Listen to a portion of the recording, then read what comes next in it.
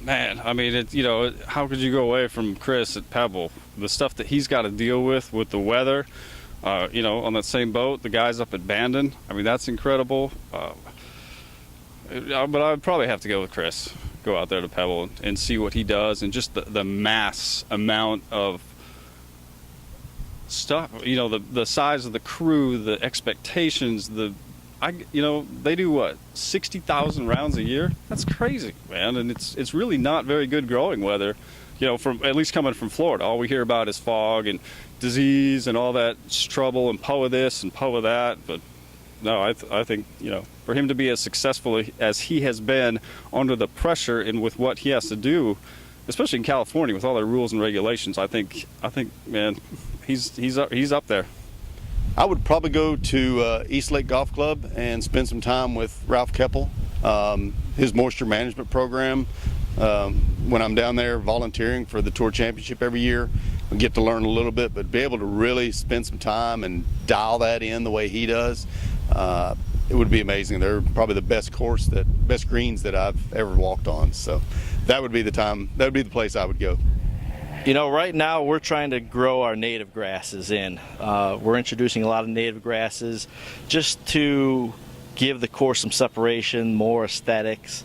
So I would travel to see my ex-boss John Zielinski at Charlotte Country Club. He's converted 50 acres from mulch to native grasses and has had a lot of success. I can only talk so much with him on the telephone. I need to see it. I need to be hands-on with it. So John Zielinski with some native grasses. I think Paul Latchaw Sr. I've met him once, maybe twice. I think he's been a guy who's fairly famous in our industry.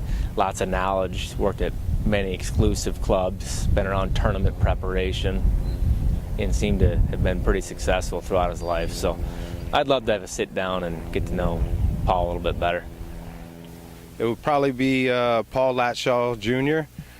Just because of the history that he has working for his dad and having been around to a lot of good places. It would be a place to go learn. What would I want to take from him? Probably his people skills.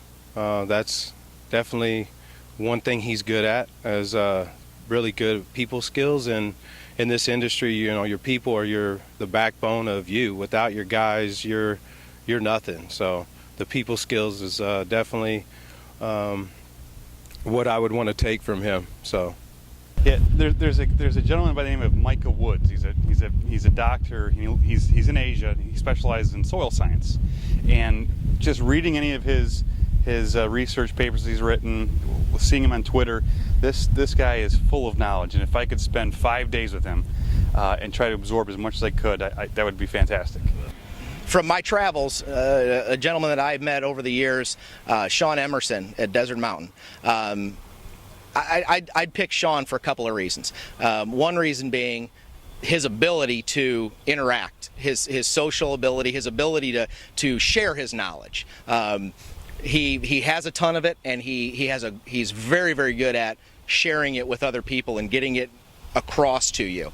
So I know I would gain a lot of what he has. And as well, I think one of the hot button items for our region that will come down the road will be water quality. It's not as much of an issue in the Midwest now, but we see it in other areas of the world, and Sean is a leading expert, obviously, in managing water with 6 golf courses in the desert.